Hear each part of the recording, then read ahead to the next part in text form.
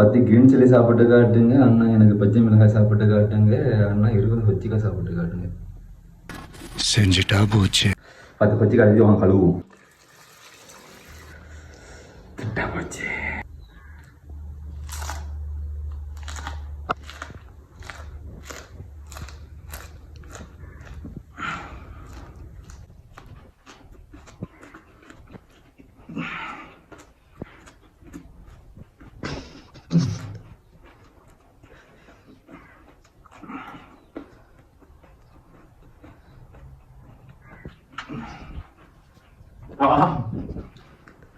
நான் ஃபாலோ தட்டி 100 ஐக்கம் தட்டுமாவா?